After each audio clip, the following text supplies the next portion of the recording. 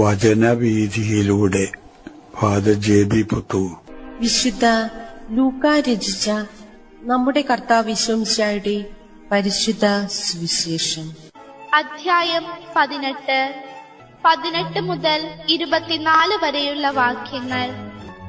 ധനികനായ മനുഷ്യൻ. ഒരു അധികാരി അവനോട് ചോദിച്ചു, നല്ലവനായ ഗുരു, നിത്യജീവൻ അവകാശമാക്കാൻ ഞാൻ എന്തു ചെയ്യണം? യേശു പറഞ്ഞു, എന്തുകൊണ്ടാണ് നീ എന്നെ നല്ലവൻ എന്ന് വിളിക്കുന്നത്? ദൈവം അല്ലാതെ നല്ലവനായി മറ്റാരുമില്ലേ? പ്രമാണങ്ങൾ നിനക്കറിയാമല്ലോ. വ്യഭിചാരം ചെയ്യരുത്, കൊല്ലരുത്, മോഷ്ടിക്കരുത്, കള്ളസാക്ഷ്യം നൽകരുത്, പിതാവിനെയും മാതാവിനെയും ബഹുമാനിക്കുക. അവൻ പറഞ്ഞു, ചെറുപ്പം മുതലേ ഇവയെല്ലാം ഞാൻ പാലിച്ചിട്ടുണ്ട്. അത് കേട്ട് യേശു പറഞ്ഞു, ഇനിയും നിനക്ക് ഒരു കുറവുണ്ട്. നിനക്കുള്ളതെല്ലാം വിറ്റ് ദരിദ്രർക്ക് കൊടുക്കുക. അപ്പോൾ സ്വർഗത്തിൽ നിനക്ക് നിക്ഷേപമുണ്ടാകും. അനന്തരം വന്ന് എന്നെ അനുഗമിക്കുക. ഇത് കേട്ടപ്പോൾ അവൻ വളരെ വ്യസനിച്ചു, കാരണം അവൻ വളരെ ധനികനായിരുന്നു. യേശു അവനെ നോക്കിക്കൊണ്ട് പറഞ്ഞു, സമ്പത്തുള്ളവർ ദൈവരാജ്യത്തിൽ പ്രവേശിക്കുന്നത് എത്ര ദുഷ്കരം. തുറവിയുടേതായിട്ടുള്ള ഒരു ജീവിതശൈലി നിത്യജീവിതത്തിന് ആധാരം. ജെറൂസലത്ത് നടക്കാനിരിക്കുന്ന തന്റെ കുരിശുമരണം മുന്നിൽ കണ്ടുകൊണ്ട് ഉള്ള ഒരു യാത്രയുടെ പശ്ചാത്തലത്തിലാണ് സുവിശേഷകനായ വിശുദ്ധ ലൂക്ക യേശുവിന്റെ പരസ്യ ജീവിതം മുഴുവനും നമ്മുടെ മുമ്പിൽ അവതരിപ്പിക്കുന്നത് എന്നുള്ളതാണ് ലൂക്കായുടെ ദർശനത്തിന്റെ ഒരു പ്രത്യേകത. ഇന്നത്തെ സുവിശേഷം തന്നെ ഈ യാത്രയുടെ ഇടയിൽ ഉണ്ടായ ഒരു സംഭവമായിട്ട് ആണ് ലൂക്ക അത് അവതരിപ്പിക്കുന്നത്. യുവാവും ധനികനും ഭരണകർത്താവുമായിട്ടുള്ള ഒരു മനുഷ്യൻ യേശുവിനെ സമീപിച്ച് ചോദിക്കുകയാണ്, നിത്യജീവൻ പ്രാപിക്കാൻ ഞാൻ എന്തു ചെയ്യണം? ഇതായിരുന്നു ആ മനുഷ്യന്റെ ശ്രദ്ധേയമായ ചോദ്യം. യേശു അതിന് നൽകുന്ന ഉത്തരം 3 സ്റ്റേജ് ഉള്ളതായിട്ട്, 3 ഘട്ടങ്ങളിൽ കൂടെ നാം നോക്കിക്കാണേണ്ടതായിട്ട് വേണം മനസ്സിലാക്കാൻ. യേശു ആ വ്യക്തിയോട് പറയുന്നു, നിത്യജീവൻ പ്രാപിക്കാൻ ആദ്യമായിട്ടും അധികമായിട്ടും താങ്കൾ ചെയ്യേണ്ടത് നിത്യം ജീവിക്കുന്നവരിൽ വിശ്വസിക്കുക എന്നുള്ളതാണ്. നിത്യം ജീവിക്കുന്നവരാണ് ദൈവം. അപ്പൊ നിത്യജീവൻ പ്രാപിക്കാൻ വേണ്ടി ചെയ്യേണ്ടത്, സ്റ്റാർട്ടിംഗ് പോയിന്റ്, ആരംഭം കുറിക്കേണ്ടത് ദൈവത്തിലുള്ള ഉറച്ച വിശ്വാസം ഉണ്ടാകണം. ഈ വിശ്വാസത്തിന്റെ ജീവിത ശൈലിയിൽ നിന്ന് ആണ് 2ാമത്തെ ഘട്ടത്തിലേക്ക് മനുഷ്യൻ വളരേണ്ടത്. അത് യേശു ഉന്നം വയ്ക്കുന്നത് ധാർമ്മികമായിട്ടുള്ള ഒരു ജീവിത ശൈലി ആ മനുഷ്യനിൽ ഉണ്ടാകണം. ധാർമ്മികമായിട്ടുള്ള ജീവിതശൈലി എന്ന് പറഞ്ഞാൽ ന്യായത്തിനും നിയമത്തിനും വിധേയമായിട്ട് ജീവിക്കുന്ന ഒരു ശൈലി, പ്രമാണങ്ങളിൽ അധിഷ്ഠിതമായിട്ടുള്ള ജീവിത ശൈലി. പ്രമാണങ്ങള് എല്ലാം തന്നെ മൂല്യ അധിഷ്ഠിതമായിരിക്കും. മനുഷ്യനെ ബാധിക്കുന്ന പ്രമാണങ്ങള് മാനുഷിക മൂല്യങ്ങളും ഒരു അടിസ്ഥാനപ്പെടുത്തിയായിരിക്കണം ആ പ്രമാണങ്ങള് നിലനിൽക്കാൻ ഇടവരിക. അപ്പൊ മൂല്യാധിഷ്ഠിതമായിട്ടുള്ള ഒരു ജീവിത ശൈലി ആ മനുഷ്യനിൽ ഉണ്ടാകണം. മൂല്യാധിഷ്ഠിതം എന്ന് പറഞ്ഞാൽ അതിൽ സുതാര്യത, സത്യസന്ധത, തുറവി, നീതിബോധം, സ്നേഹം, സഹിഷ്ണുത, ഇതൊക്കെ ആ മൂല്യബോധത്തിൽ മനുഷ്യനെ സഹായിക്കുന്നതാണ്.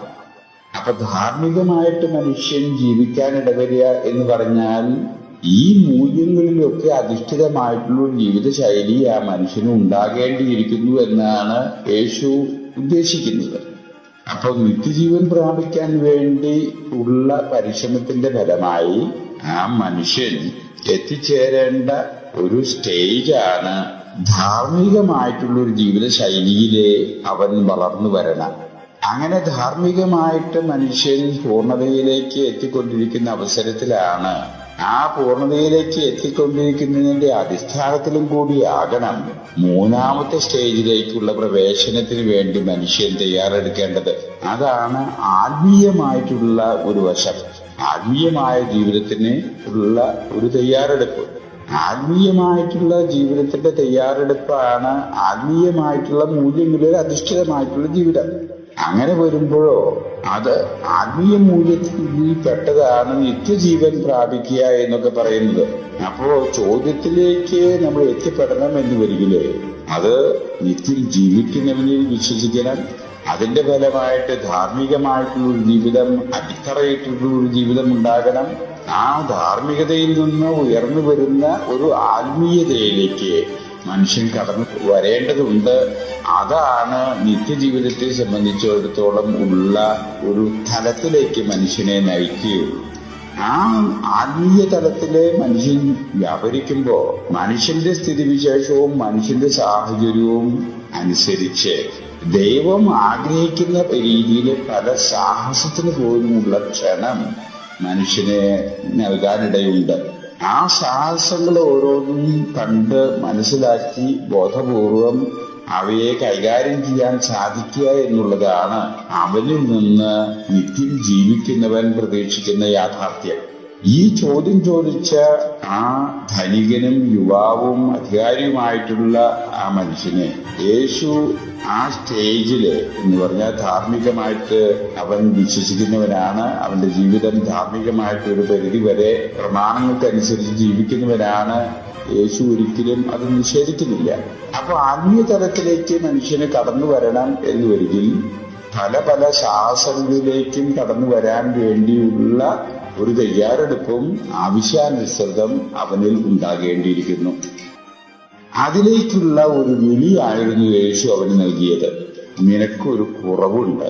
ആ കുറവ് എന്ന് പറഞ്ഞിട്ട് യേശു ഒരു വലിയ സാഹസത്തിന് വേണ്ടി അവനെ ക്ഷണിക്കുകയാണ്. വലിയ ധനികനായിട്ടുള്ള ആ മനുഷ്യൻ ആ ധനം മുഴുവനും ഉപേക്ഷിച്ചുകൊണ്ട് തന്നെ പിൻചെല്ലാൻ വേണ്ടിയിട്ട് ആവശ്യപ്പെടുകയാണ്. അതാണ് നിത്യജീവൻ പ്രാപിക്കാൻ വേണ്ടി ആ മനുഷ്യൻ ചെയ്യേണ്ടത് എന്ന് യേശു വ്യക്തമാക്കുകയാണ്. എല്ലാ മനുഷ്യർക്കും അതാകണമെന്നില്ല. എന്നാൽ അവനെ സംബന്ധിച്ചിടത്തോളം അതായിരുന്നു യേശു നൽകിയ പ്രത്യേക ക്ഷണം. ആ ക്ഷണം സ്വീകരിക്കാൻ അവന് സാധിച്ചില്ല. അവനെ സാധിക്കാത്തതിന്റെ അടിസ്ഥാനത്തിൽ അവൻ ദുഃഖിതനായിട്ട് യേശുവിൽ നിന്ന് അകന്നുപോയി എന്നാണ് സുവിശേഷകൻ നമ്മോട് പറയുന്നത്.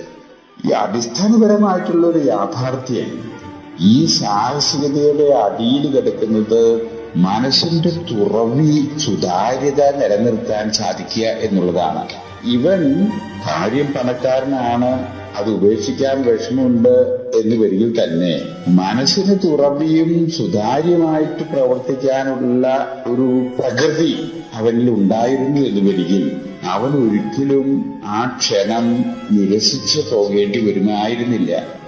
അതുകൊണ്ട് ആത്യന്തികമായിട്ട് യേശു ഉന്നം വെക്കുന്നത് നിത്യജീവൻ പ്രാപിക്കാൻ വേണ്ടി പരിശ്രമിക്കുന്ന വ്യക്തികൾക്ക് വളരെ അധികം ഉണ്ടാകേണ്ടത് തുറവിയുടേതായിട്ടുള്ള സുതാര്യതയുടേതായിട്ടുള്ള സത്യസന്ധതയുടേതായിട്ടുള്ള ഒരു ജീവിതശൈലി പുലർത്തിപ്പോരേണ്ടതുണ്ട് എന്ന യാഥാർത്ഥ്യമാണ് യേശു ഇവിടെ ഊന്നൽ കൊടുത്ത് നമ്മോടായിട്ട് സംസാരിക്കുന്നത് എന്ന് വേണം വിചാരിക്കാൻ.